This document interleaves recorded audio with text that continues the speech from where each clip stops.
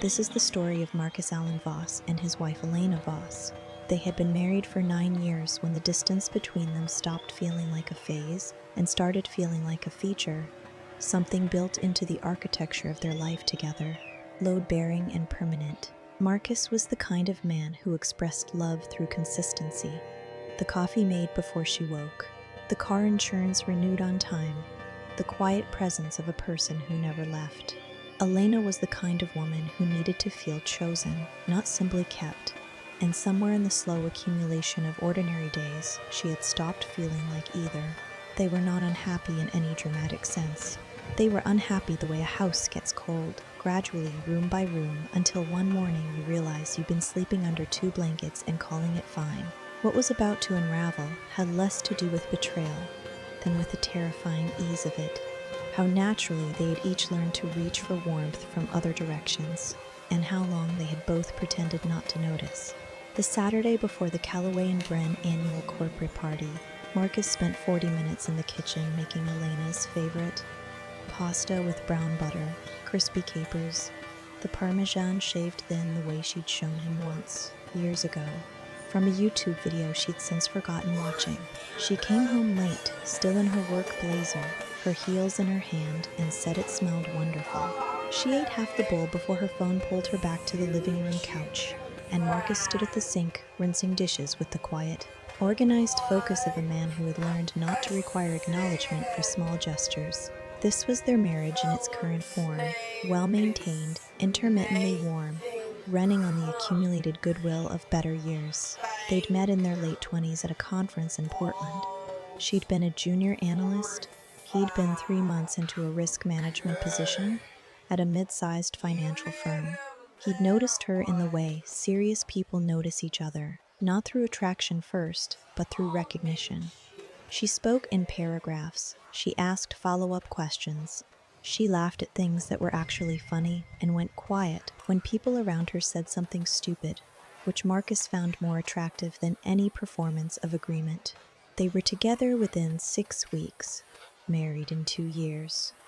It had felt, for a long time, like something they both chosen on purpose. What Marcus couldn't have named then and struggled to name even now was the exact year the choosing had stopped feeling mutual. Elena had moved up faster than him, not dishonestly, not through any shortcut, but through a combination of talent and a particular social fluency Marcus had always admired and never quite possessed.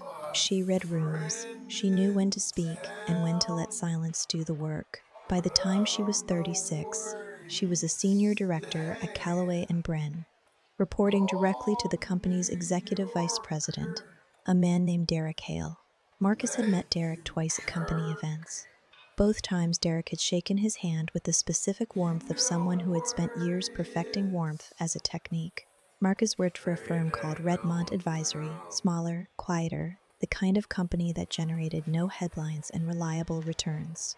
He was good at his job in the way that competent, careful people are good at things, thoroughly, without fanfare, in a manner that tended to go unnoticed, precisely because nothing went wrong. Elena used to call this his superpower, early in their marriage. Lately she didn't call it anything. On Sunday evening before the party, she asked him to zip her dress, a deep green thing, structured at the shoulder, elegant, without trying to announce itself. He zipped it. His hands rested briefly at the top of her spine, not quite a touch, not quite nothing.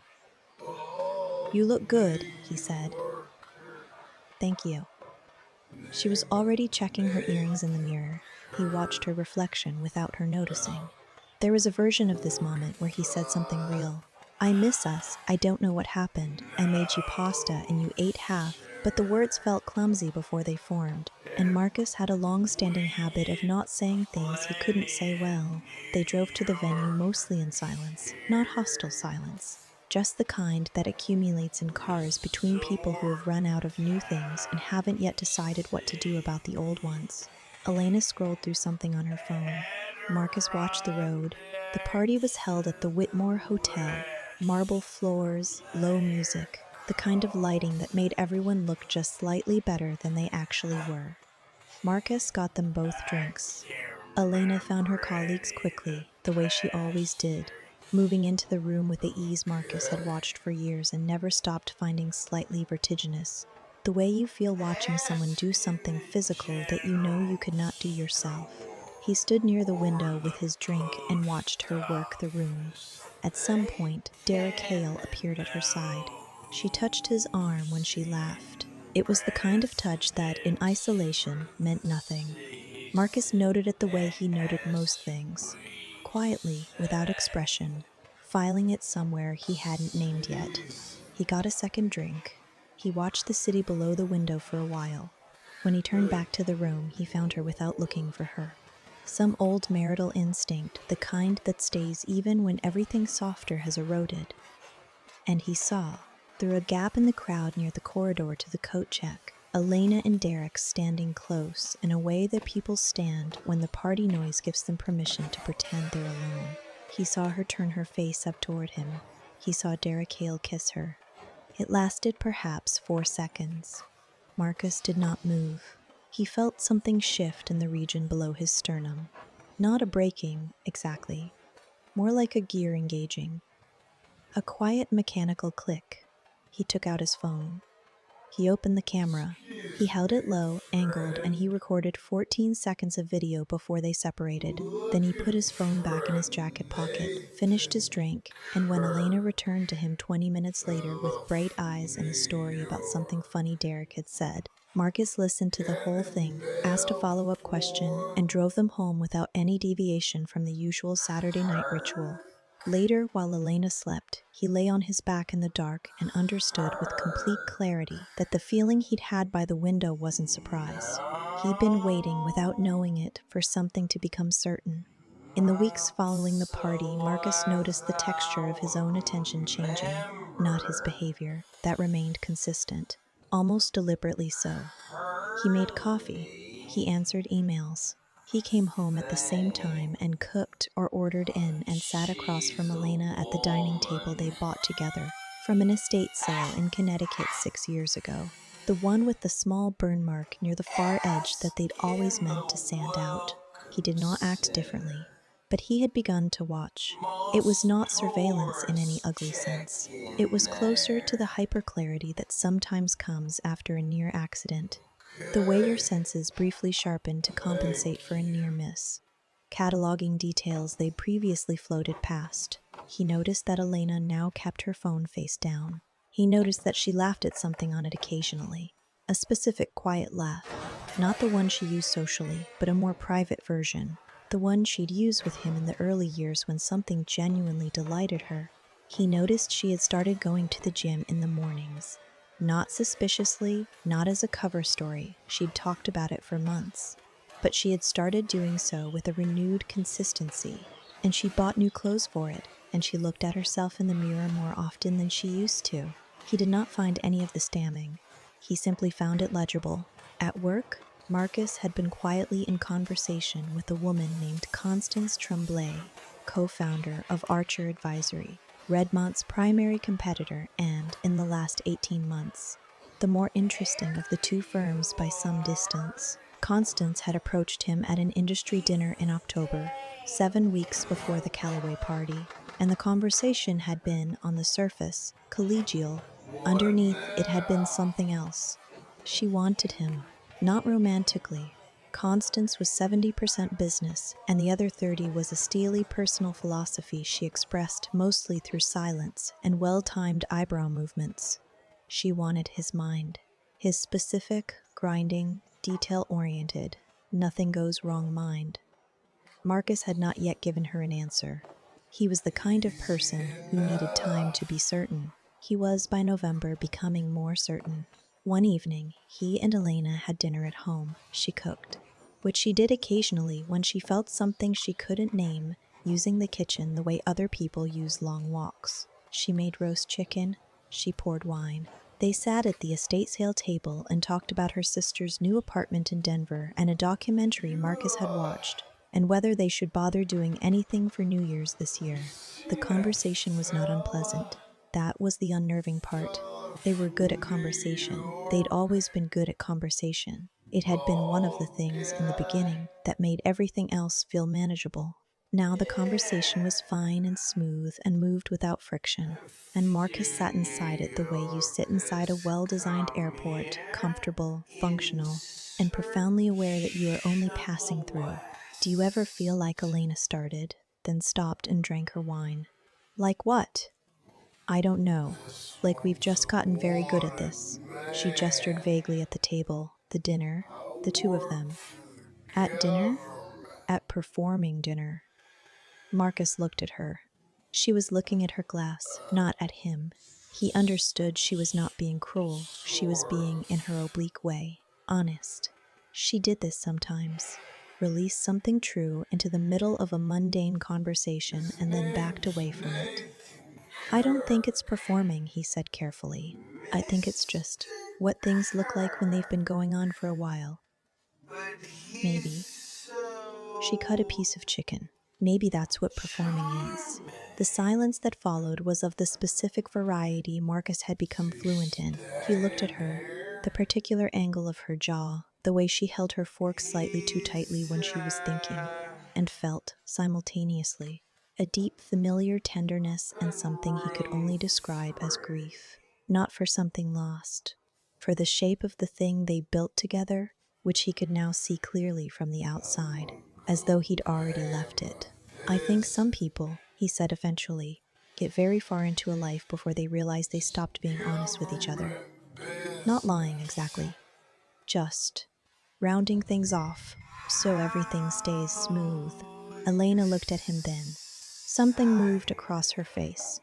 Not guilt, or not only guilt, more like recognition, the look of a person hearing something they knew before it was said. Yeah, she said quietly. He smiled at her. It was a real smile, not a performance of one, which perhaps confused her. Maybe like this story or subscribe or something, he said. She looked up sharply. What? Nothing. Sorry. I don't know why I said that. She frowned at him for a moment, the way you frown at a sound you can't place, then shook her head and reached for the wine. Marcus looked back at his plate. The moment passed, as out-of-place moments do when they're allowed to. He didn't explain it. He wasn't sure he could have. Later that night, he emailed Constance Tremblay and told her he was interested in continuing the conversation. He also, in a separate window, began the methodical process he'd been quietly preparing for 6 weeks. The careful, document-by-document reconstruction of irregularities he'd first noticed in the quarterly disclosures that Elena, in the careless ease of a long marriage, had occasionally left open on the shared laptop. There had been small things, at first. Numbers that didn't reconcile. Transfers timed too cleanly against market movements.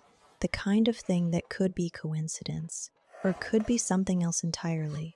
Marcus had the kind of mind that could not decide it was coincidence until it had ruled out every alternative. He had been ruling out alternatives for 6 weeks. He was getting close to certain. It was a Thursday in December when Elena came home and found Marcus sitting at the dining table with a glass of water and no devices in front of him. Just the water. Just him. She put her bag down slowly. You're home early, she said. A little. She took off her coat. She opened the refrigerator, looked into it without taking anything, and closed it again. Marcus watched all of this without urgency. He was not performing calm. He was simply, genuinely, in a state of quiet that she would correctly identify as more serious than agitation. She sat down across from him. Okay, she said. I'm not going to do this badly, he said. I just want to talk. About the party, Derek, and some other things. Elena's expression did not collapse. She was not the kind of person whose face collapsed. But something behind it shifted. Her repositioning, subtle as a building settling. She looked at him for a long moment. How long have you known? She said. Since it happened. She absorbed that. He watched her process not just the fact of it, but the implication that he had sat with her, eaten with her, driven with her, had whole conversations with her for weeks knowing. And you just waited. I was thinking. About what? He picked up the glass of water and set it down without drinking. About what it meant. About whether it was a moment or something ongoing. About what I wanted. He paused. About a lot of things, honestly.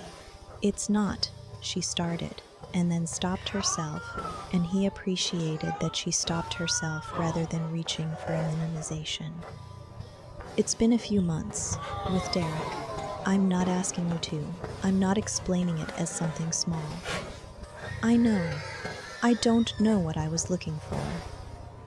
The words came slowly, with the halting quality of actual thought rather than prepared speech. I think I was looking for something that felt like it was about me, specifically. Does that make sense?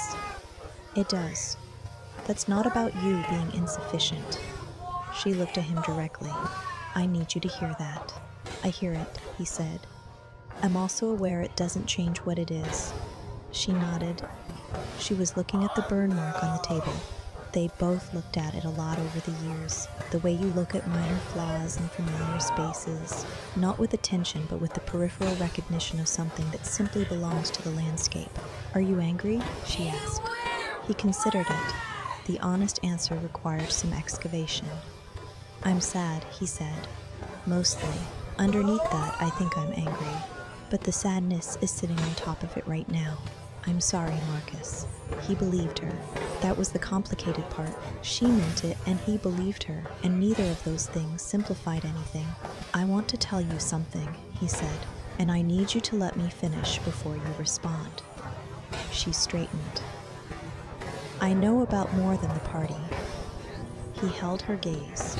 I've been looking at the quarterly disclosures, the ones from your firm. There are patterns in there that they're not clean, Elena. The timing on certain transactions, the structure of specific accounts. I don't think it's your doing, but I think you know about it, or know enough. The silence that opened up between them then was different from any that had come before. It had weight and edges. You don't know what you're talking about, she said, but the sentence came out with the specific flatness of something spoken out of obligation rather than conviction. I know more than you think, he said gently. I've been in this industry for 15 years. I know what I'm looking at. She pressed her fingers together on the table. She was not looking at him now. I'm not telling you this as a threat, he said. I'm telling you because I think you need to understand where things stand for your own sake. She stood up after a long moment. She didn't leave the room. She walked to the window and stood with her back to him. The city outside, quiet and small and indifferent. What do you want? She asked. Her voice had changed, lower, more careful. Right now, nothing. I think we both need some time to understand what we actually want. He stood too, slowly. I'm going to stay at Graham's for a few weeks. Not permanently, just to let things breathe. She turned around. Her eyes were wet, but she was not crying. The particular effort of a person choosing to hold themselves together. And then, I don't know, he said. I think we both need to stop pretending we know what then looks like. He packed a bag that night. She sat in the living room while he did it. Neither of them spoke particularly. When he came through with the bag, she was looking at her hands in her lap. The pasta, she said suddenly. A few weeks ago, you made the pasta. I know. I only ate half. I know, he said. She looked up at him. Whatever she was feeling, it was real. And it was layered. And it was not something a conversation could hold. I'll call you, he said. He left. January passed the way January does. Gray, slightly too long, full of a cold that asks nothing of you except endurance. Marcus was staying in the second bedroom at Graham's apartment, a converted warehouse unit in the western part of the city that Graham had owned for years and never quite finished furnishing. There was a good mattress and a drafty window and a coffee maker that worked.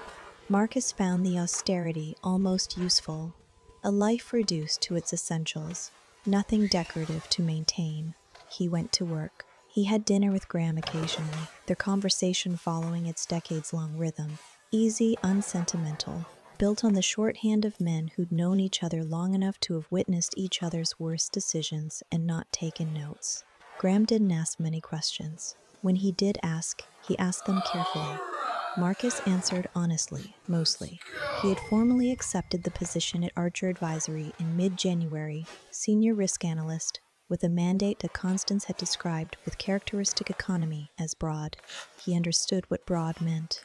It meant she wanted his mind applied not just to numbers but to patterns, the kind of systemic vulnerabilities that conventional analysis tended to smooth over in the interest of comfortable conclusions. He was good at this. He had, it turned out, been practicing it for some time without a formal context. His documentation on Callaway and Bren had by this point grown into something organized and specific. 17 months of quarterly filings, cross-referenced against market timing data, against the unusual behavior of 3 shell entities that appeared in Callaway and Bren's vendor records, against 2 anonymous tips he'd received through a financial ethics channel he'd quietly been feeding information to since November. He had passed none of this to Constance, nor to anyone with formal authority, not yet. He was still being certain. Elena called twice in January.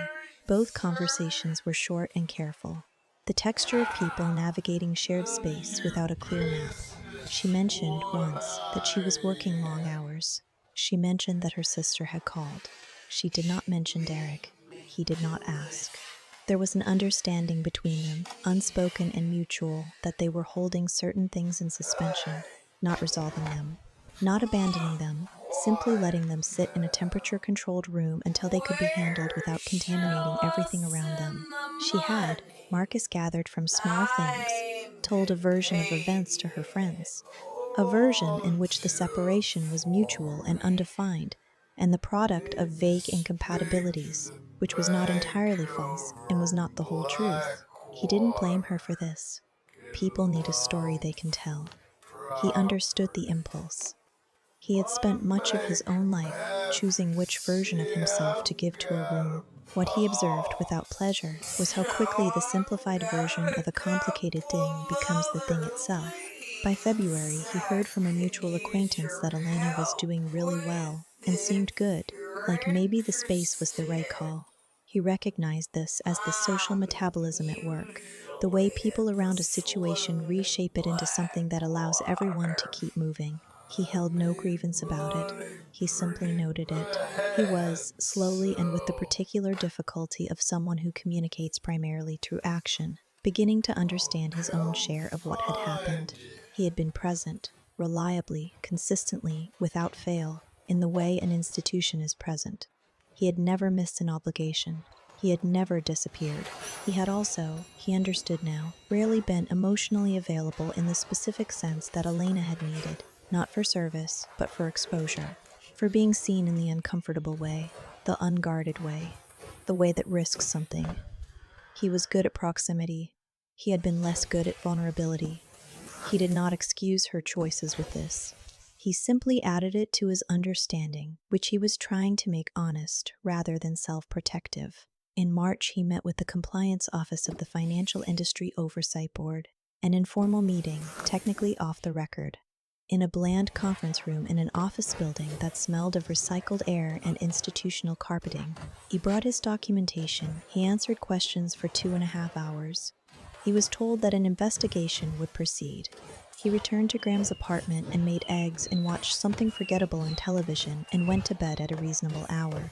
3 days later, in an emergency board session at Callaway and Bren, the irregularities were formally raised by the board's own outside counsel, who had separately and coincidentally received a package of documents from an anonymous source that corroborated the compliance referral in specific and unmistakable detail. Derek Hale was placed on administrative leave. 2 senior directors were asked to step aside pending review. The company's stock dropped 11% by close of trading. Marcus read about it on a financial news site at 6:14 in the morning. He finished his coffee. He got dressed. He went to work at Archer Advisory, where Constance Tremblay was already at her desk. In the particular way she was always at her desk, as though she'd simply manifested there, fully formed, at an hour before the building officially opened. She looked at him when he walked in. He looked back. "Morning," she said. "Morning," he said. Nothing else was required. Elena called that evening. He let it ring once, then answered. "Did you know this was going to happen?" she asked. No greeting. Straight into it. "I knew it was likely. Were you involved in I referred information to the appropriate channels, he said. Everything I referred was accurate and legally obtained. The pause on her end was long. I need you to understand something, she said, and her voice was steady in a way that was costing her something. I knew some of what was happening, not all of it, but enough that I should have. She stopped. I told myself it wasn't my responsibility, that it was above my level, that it was probably explainable. I know, he said. You could have warned me. I could have, he said. I wasn't sure until I was sure. And then I needed to think about what warning you would have meant. For both of us. She breathed. He waited. I'm not trying to hurt you, Elena. I know, she said quietly. That's the part that makes it complicated. They didn't speak for a moment. The silence was not comfortable, but it was honest, which was its own kind of progress. The compliance people will want to speak with you, he said. Get a lawyer, a good one, not someone from the firm's network. Okay, I mean it. Not as. He searched for the word. Not as a punitive thing, as advice. I know, Marcus, she said. And there was a weariness in it that was real. I know when you're being genuinely helpful. I've known you for 11 years. He didn't have an answer for that. They said goodnight and hung up. He sat in the drafty room with a good mattress and the window that let in too much cold and thought about the 11 years. Not as a sum, not as a loss, but as a thing with real dimensions that he had been part of shaping. For better and for its failures both, it felt important not to simplify it. Spring arrived without announcement, the way it does, subtly, then suddenly, the temperature shifting one week and the trees following a week after that, as though nature preferred to confirm what was already decided rather than make declarations. Marcus had moved into his own apartment in April, a one-bedroom in a neighborhood he'd always vaguely admired, without ever having a reason to be in. Third floor, west-facing, light in the afternoons. He'd bought a few pieces of furniture, none of them from estate sales. He made coffee every morning and sometimes did not speak to another person until noon, and found that he did not mind this in the way he'd expected to. The Calloway and Brann investigation had concluded its preliminary phase. Derek Hale had resigned and was cooperating with regulators. 2 board members had left. Elena had been interviewed twice and had, as far as Marcus could determine from what she had told him and what he could reasonably infer, been honest in both sessions. She had not been charged with anything. She had been, the first lawyer's letter gently suggested, adjacent to rather than complicit, in a distinction that was meaningful legally and complicated in every other way. She had taken a leave from work. She told him in one of their occasional calls, figuring out what I actually want to do. It sounded like a line she'd rehearsed, and also like something she'd genuinely meant. Both could be true. They met in person for the first time since December on a Saturday in early May. Her suggestion, a coffee place near their old neighborhood, neutral and public and busy enough that the possibility of a scene would serve as a social deterrent, neither of them needed. She was already there when he arrived. She looked tired in a way that had nothing to do with sleep. The specific fatigue of someone who had spent months reassessing things they previously arranged into a narrative that satisfied them. He recognized it. He'd seen it in himself for weeks. You look good, she said. You too. A small shared recognition passed between them, both of them aware that they'd said this to each other at the vanity mirror in October. The dress, the earrings, and that this version was more honest than that one had been. They ordered. She wrapped both hands around her cup. He sat back with his and looked at her in the particular way he'd been looking at her for years, with attention, with care, with the specific register of a person who had spent a long time learning someone and had never fully stopped. How's the new firm? She asked. Good. It suits me. Constance Tremblay. Yes. I met her once at a conference. Years ago. Elena considered it. She doesn't waste words, does she? Never. A small, real smile from her. He felt it as a distinct sensation. Not hope, exactly, but something gentler. The recognition of what they could still find, even now. I keep thinking about what you said, she said. about rounding things off to keep them smooth. I remember. I've been doing that my whole life, she said. Not just with us. In general.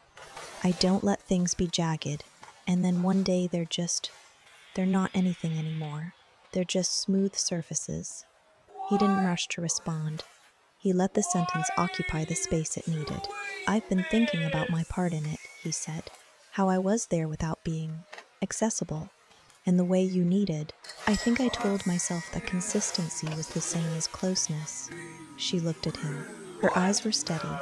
It's not, she said. No, it's not. The coffee shop moved around them.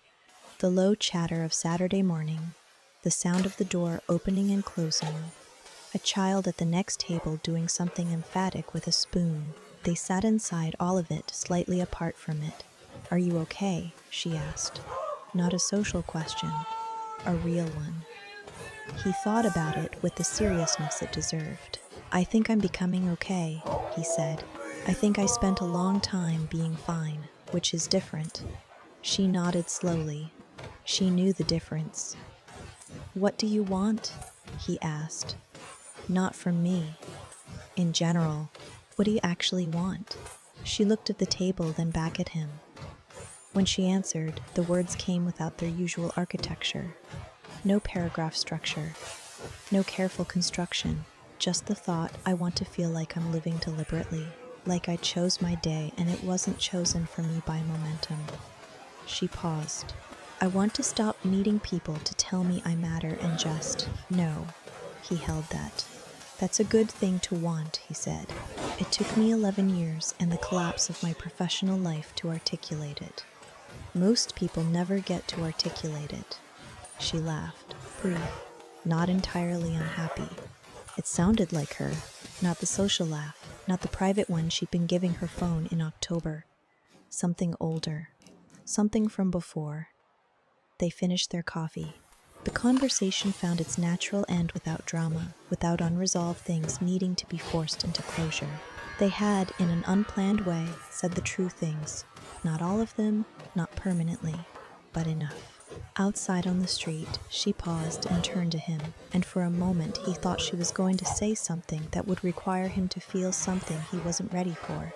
But she just looked at him, that old, thorough look, the one that had first made him feel genuinely seen, and said, take care of yourself. Actually, not just functionally. You too, he said, jagged edges and all. Something in her face shifted. Not breaking, not relief, but the specific movement of a person who has been met, who has been heard in the particular frequency they were transmitting. She walked away down the street. He watched her for a moment, then turned and walked the other direction. The city was ordinary and loud and live. The trees were doing their late spring thing, extravagant with leaves, indifferent to the humans moving underneath them. Marcus walked with his hands in his pockets and felt the full weight of the last 8 months settle into something he could carry, not because it was resolved, but because he had stopped pretending it was light. He had loved her. He still did, in the way that things leave a shape in you even after they change form. He did not know what the future held for either of them, and for once in his life, the uncertainty did not demand management. It was simply there, open, jagged, ungoverned. He let it be,